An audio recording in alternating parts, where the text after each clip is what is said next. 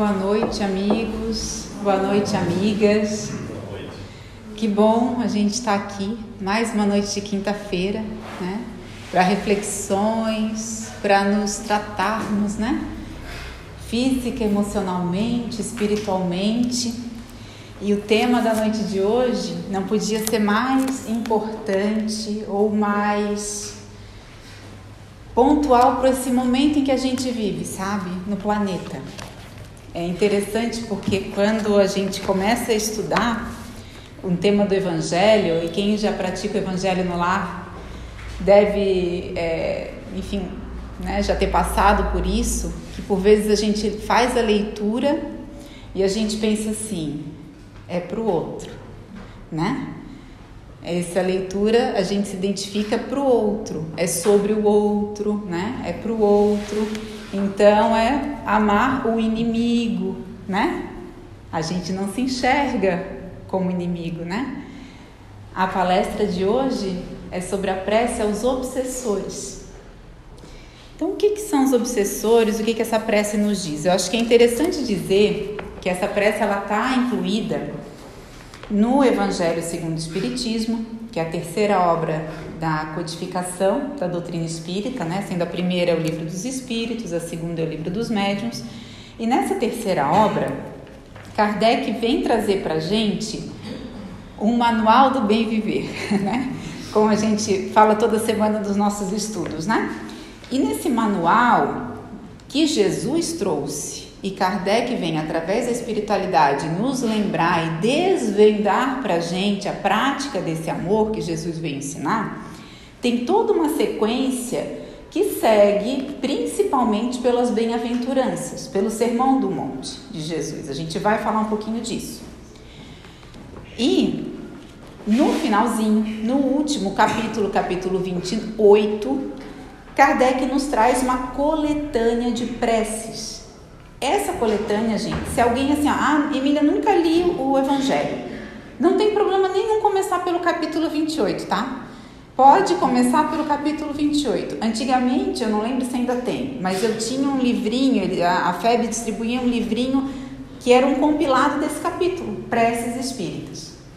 E é a coisa mais maravilhosa, porque ele é como os salmos. Ele é um guia, gente, prático, que a gente pode recorrer naqueles momentos mais complicados, às vezes, sabe, da vida.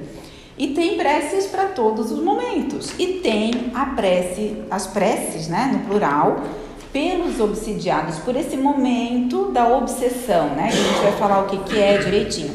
E o último item do Evangelho, o último item é a prece aos obsessores, que é esse que a gente vai falar hoje. Então, Kardec traz nessa prece, lá no item 84 do capítulo 28, uma verdadeira rogativa dirigida aos obsessores, né? Que são quem, gente?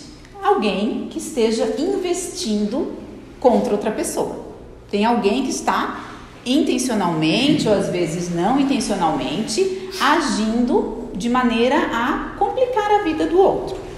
Nesse caso aqui, muito especificamente, espíritos, né? Nós, espíritos desencarnados, no momento em que não estamos mais, né, com o nosso corpo físico. Então, essa prece dirigida a Deus e à espiritualidade superior, para quê? Para que o espírito obsessor veja as claridades, veja e interrompa aquele erro que está cometendo. Porque investir contra o outro é um erro, né? Daí lá fala na prece, né, que o mal não é mais forte que o bem, que essa ação ela é temporária. Chama esse espírito a refletir, a pensar no quê? Que é uma perda de tempo isso que está fazendo. Lembra que é possível ser feliz. É possível ser feliz, mas que para isso depende o quê? Que se interrompa essas ações, né? Esses erros, e que se arrependa, né? Então é eu não querer mais agir como eu estou agindo e me arrepender do que eu fiz. E aí, Kardec também no finalzinho dessa prece vai nos indicar a leitura da prece aos espíritos arrependidos, que é o item 73 desse mesmo capítulo, E há o caso em que não há arrependimento, né? E há até a insistência no mal. E aí nós temos a prece aos espíritos endurecidos, que é o item 75. Pois bem, feito um resuminho dessa prece, o que é obsessão, Emília? Né? Espírito obsessor e obsessão, obsediado, obsessor, o que é isso? Obsessão, gente, nada mais é, tá lá no livro dos médiuns, né? No capítulo 23, e tá também no Evangelho, é uma ação persistente que um mau espírito exerce sobre um indivíduo. Uma ação, então existe algo que está sendo feito, né? É algo realmente, em geral, físico, emocional, é um mal, é algo que está sendo feito e que exerce sobre outro, né? Sobre um indivíduo. Um mau espírito. E a gente se pergunta, né? Quem são os maus espíritos? Quem são? É sempre o outro, né? O mau espírito, se a gente for ver lá no Livro dos Espíritos, na pergunta 100, na pergunta 101, em que Kardec vai trazer para a gente a escala espírita, que é uma classificação de, ao todo são 10 classes de espíritos. A terceira ordem, né, que reúne uma série de classes de espíritos, da 10ª até a 6ª, são os espíritos imperfeitos.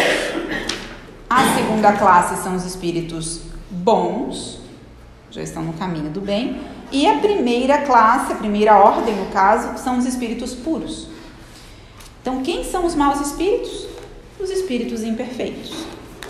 Quem são os espíritos que encarnam um planeta de provas e expiações em vias de se tornar um planeta de regeneração? Os espíritos imperfeitos, né? Somos nós. Em resumo, somos nós. Então, quando a gente pensa nos obsessores, e a mensagem inicial, impossível de não mencionar, nos fala sobre amarmos os nossos irmãos. Os obsessores somos nós.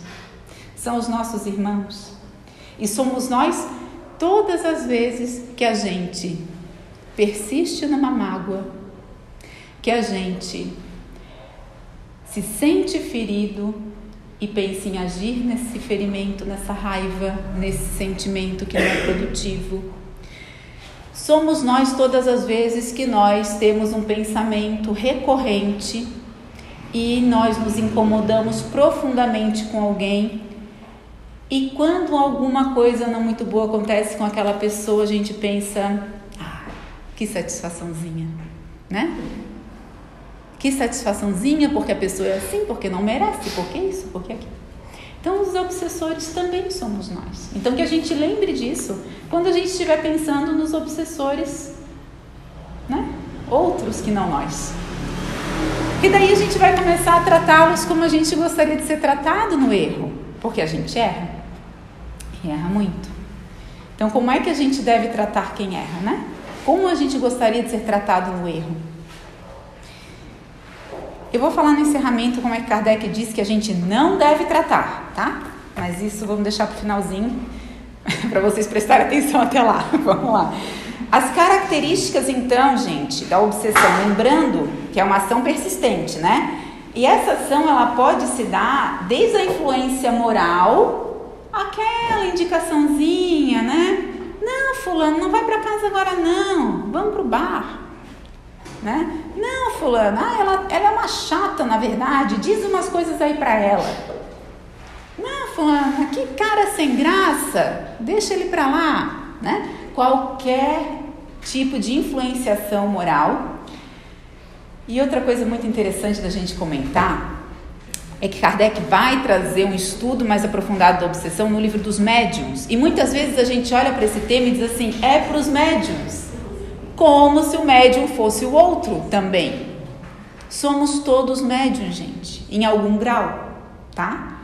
Todos nós sofremos influência dos espíritos bons, o nosso anjo guardião e toda a equipe, né, que nos patrocinou essa encarnação, porque ninguém vem sem patrocínio para cá. A fila é grande e a gente, né, são poucas as vagas. A gente está aqui porque a gente pediu, quis, prometeu, muitos de nós participamos do planejamento, assumimos compromissos. Não, mas agora eu vou me dar bem com ela. Dessa vez vai, né? E aí a gente vem, cheio de promessas. Tomara que a gente consiga cumprir, né? Algumas delas. A característica da obsessão, gente, está na imposição, tá?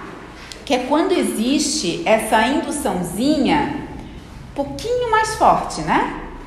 É aquele conduzir e aquele conduzir intencional, querendo que algo aconteça. E a gente já vai ver por quê, né?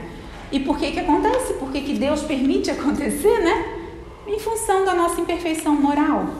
Porque se nós sempre pensássemos o bem, sempre fizéssemos o bem, a todo tempo, a todos ao nosso redor, se todas as nossas relações fossem de amor, se todas as interações ao longo do nosso dia fossem de paz, de querer o bem do outro, de receber da vida e devolver o melhor, sempre, a gente já teria superado esse tema que é a obsessão,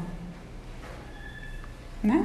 Como não é assim, aí sim a gente percebe que temos imperfeições morais, porque o nosso pensamento oscila, o nosso emocional oscila, faz parte do momento em que a gente está vivendo, faz parte da nossa realidade atual, né?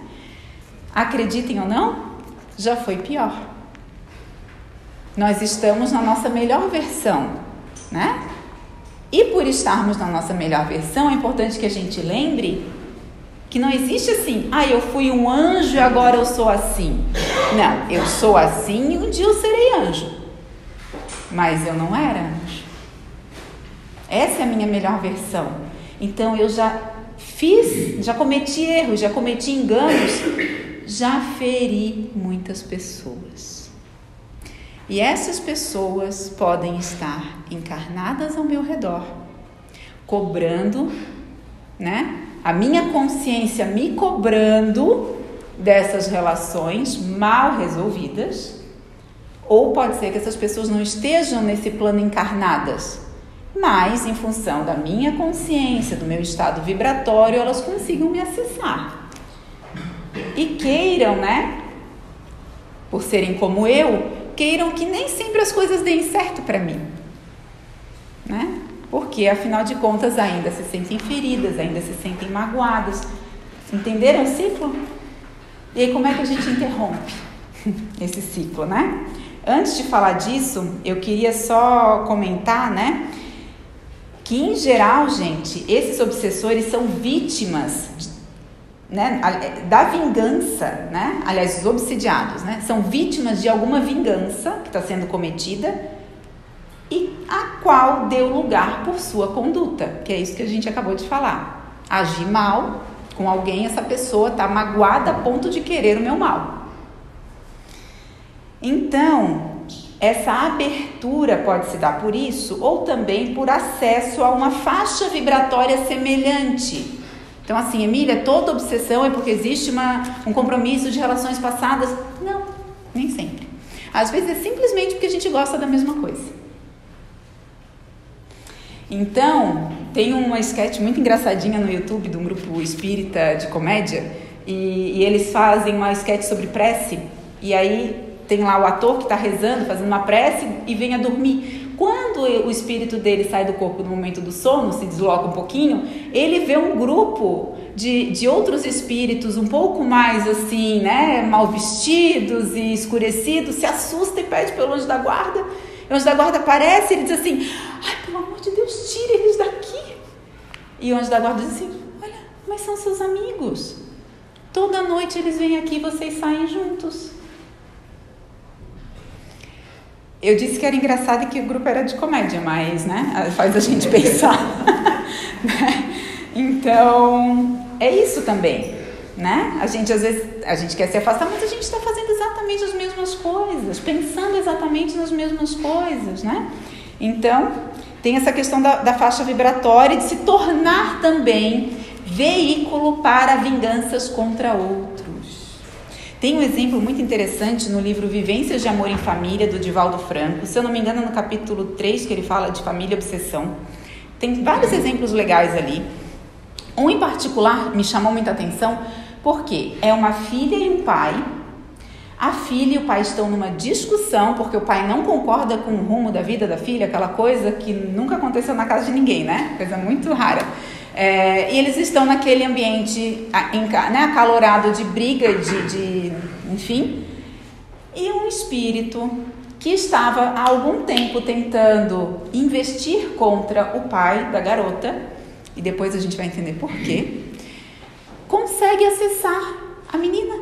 A menina, naquela hora da raiva, do pensamento, de querer agredir o pai a todo custo, esse espírito percebe que tudo que ele está pensando e que ele está falando, a menina começa a repetir.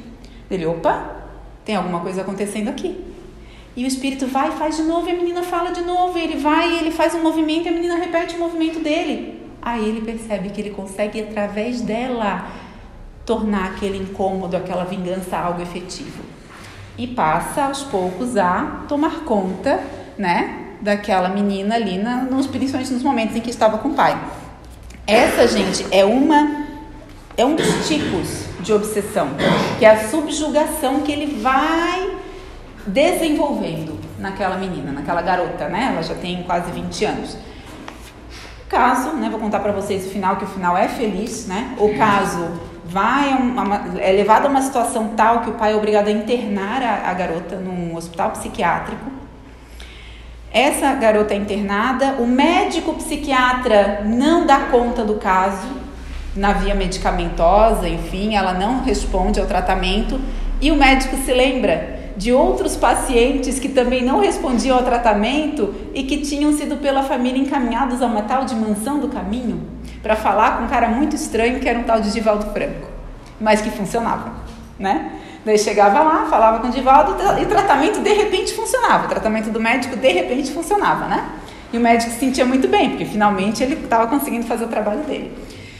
Então, essa garota chega em camisa de força, tá, gente? Amarrada na mansão do caminho para ser atendida pelo Divaldo, acompanhada de 2 enfermeiros, do pai, aquela situação toda.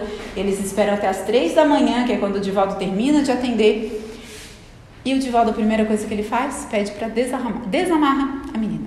E o pai, pelo amor de Deus, o pai tem medo, porque já teve muitas investidas ali contra ele, físicas, né? Ele tem medo daquela situação. E o Divaldo diz, não, pode desamarrar. E o Divaldo começa a falar com a menina como quem fala com um homem, um rapaz. E o pai diz, não, você não está entendendo, ela é uma mulher. E o pai assim, por favor, não ajude, né? E daí o Divaldo pede para o pai não ajudar e a conversa começa a acontecer. Aquele espírito que estava tentando investir contra o pai era um rapaz que havia falecido anos antes, que o pai deveria ter ajudado naquela encarnação e se recusou a fazer. Inclusive fez mal para aquele rapaz em vez de ajudá-lo. E o rapaz estava numa situação de mágoa tal, de rancor tal, que a via que ele tomou foi aquela da vingança. E o Divaldo, através do diálogo, faz com que ele compreenda que ele não está bem, né? Quem está fazendo mal para alguém, gente, não está bem. Está doente, está em sofrimento. A gente às vezes pensa assim, nossa, a pessoa se compraz no mal, está fazendo mal de propósito, né? Está gostando do que está fazendo. Não está, gente. Não está gostando. Eu estava pensando nisso, estava lembrando, a minha filha gosta muito de ver aqueles filminhos da Disney, né? E aqueles personagens que são os malvados, né? Parece que eles estão se divertindo muito, né? Mas aí a gente para pensar, meu Deus, eles estão tristes, gente. Eles são infelizes, eles são solitários, eles são desesperados por qualquer tipo de atenção que eles possam achar que seja um pouco, né, próximo de qualquer carinho. De qualquer carinho. E aí precisa que venha a luz para mostrar que o amor é outra coisa. O amor é muito melhor, muito maior, muito mais agradável do que aquela vida que eles estão vivendo. Todo mundo vai despertar em algum momento, né? Pode ser de imediato, pode não ser. Dá tempo de mais uma historinha? Vamos lá. No livro Chico de Francisco, que tem a biografia do Chico Xavier, tem uma historinha muito interessante, que tem um casal que passa por uma determinada situação e é indicado esse casal que eles pratiquem. E aqui eu ia falar dos tratamentos para obsessão, tá? Ó, tratamentos, vamos lá. Reforma moral, fácil, né? Então vamos agir no bem, né? Estudo, ó os livros da biblioteca, ó os grupos de estudo. Tratamento espiritual, ou seja, vir à casa espírita, pedir uma conversa fraterna, né? A pessoa não está bem, a gente está triste, tem um incômodo muito grande, uma relação adoecida. Vem conversar, gente. Ninguém precisa passar por nada sozinho.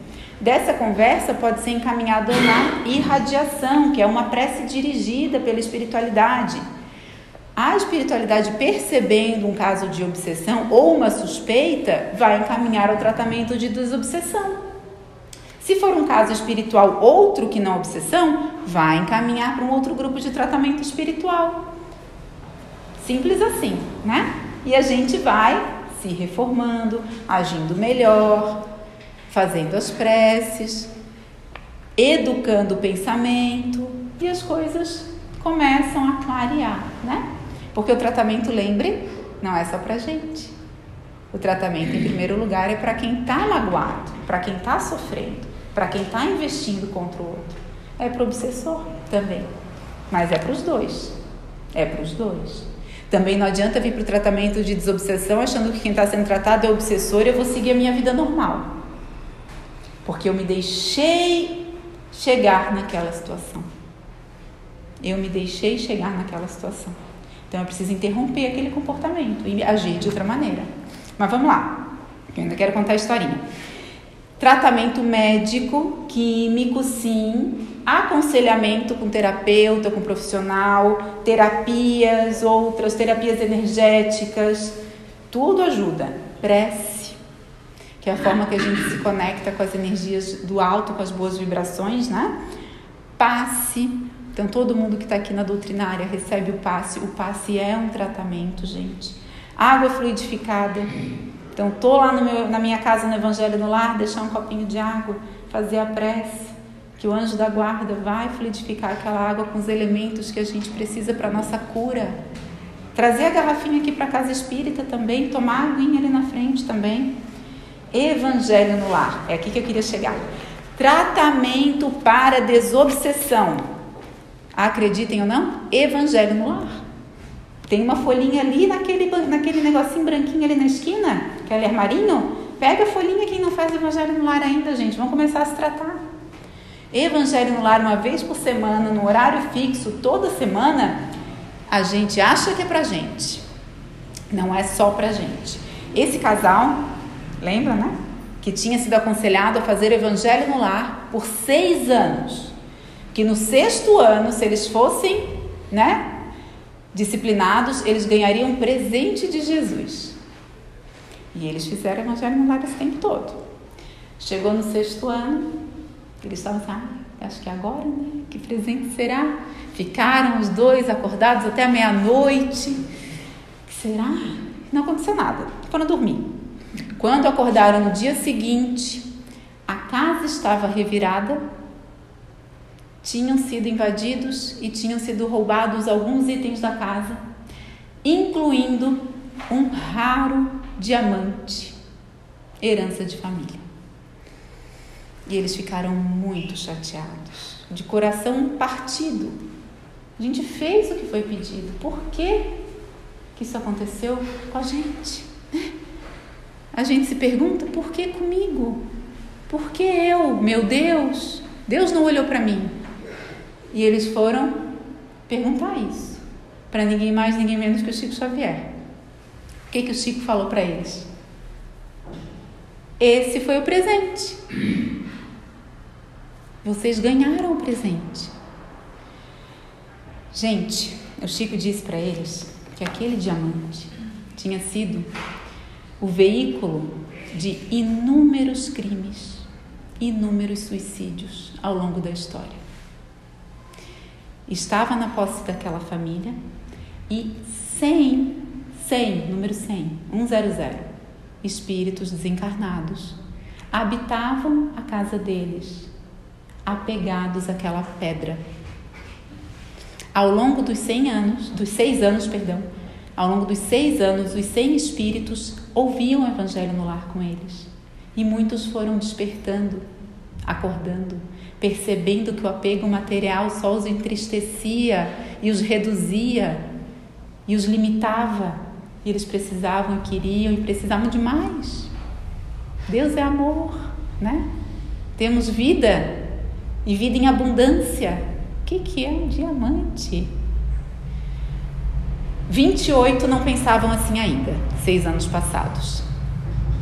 E aí o meio de fazer esses 28, que ao longo de 6 anos não haviam despertado, deixar aquela casa mais leve, aquele ambiente mais salutar, foi retirar a pedra de lá.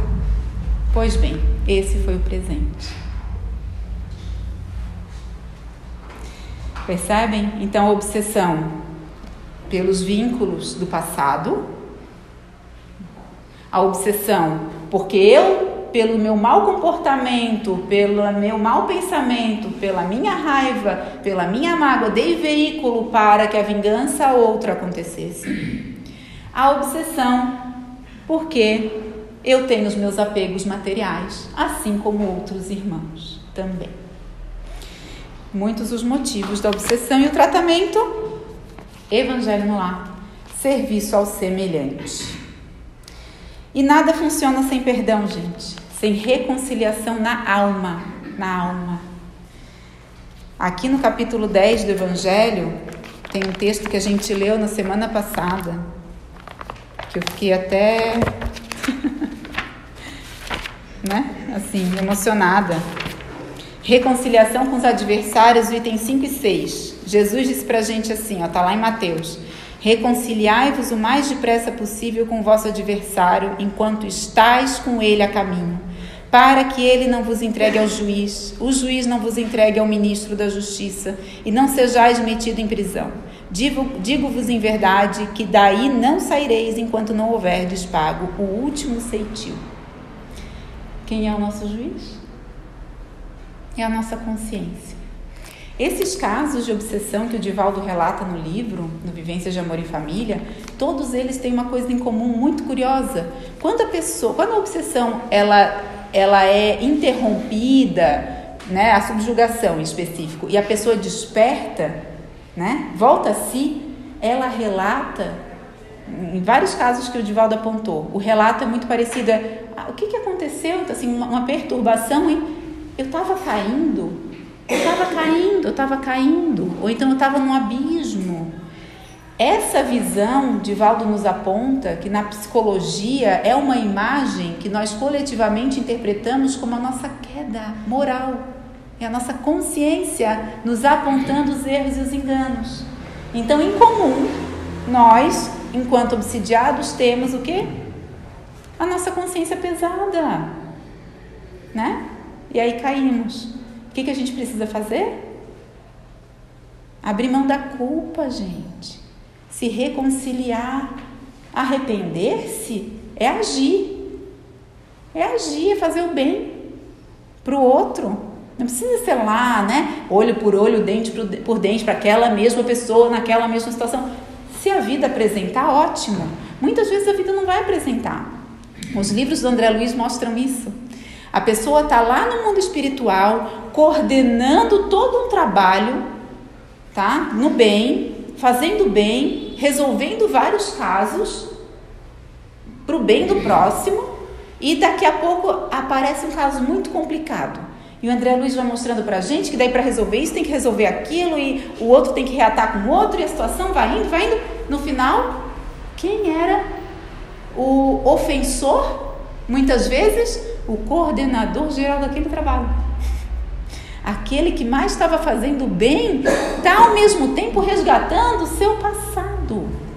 Mas ele não está resgatando o seu passado deitado numa cama, chorando e se arrependendo. Ai, meu Deus, me perdoa. Deus não perdoa. Deus ama. Deus ama. A gente não deve perdão a Deus, e Deus ama a gente a todo tempo. Para Deus só precisa que a gente volte a olhar para o bem, que é a lei divina, é a lei dele. Basta isso. E o resgate se dá pouco a pouco, bem a bem, nas relações, no dia a dia. Então, se tem alguma relação que a gente tenha que não está assim, show de bola 100%, essa é a hora. A gente publicou hoje no blog da casa, é hora de perdoar. Não é amanhã. Não vou esperar a Terra ser um planeta de regeneração para perdoar. Eu vou perdoar agora. Porque se eu perdoar agora, aí sim eu estou contribuindo para que a Terra se torne um planeta de regeneração. A hora é agora. Bem, eu acho que a gente já falou bastante. Vou falar então do final, né? Da nota explicativa de Kardec, que eu acho muito importante. Em função do nosso passado, né? Das nossas dúvidas em relação à obsessão e de coisas que às vezes a gente se atrapalha. Kardec deixa bem claro uma observação aqui no item 84, no final da prece, ele diz assim, ó: a cura das obsessões graves requer muita paciência, perseverança e devotamento. Exige também tato e habilidade, a fim de encaminhar para o bem espíritos muitas vezes perversos, endurecidos, astuciosos, porquanto há os rebeldes ao extremo. Eu vou até me permitir dizer que há dores que a gente tem dificuldade de compreender, de tão profundas. Na maioria dos casos, temos de nos guiar pelas circunstâncias. Qualquer que seja, porém, o caráter do espírito, nada se obtém, e isto é um fato incontestável, pelo constrangimento ou pela ameaça.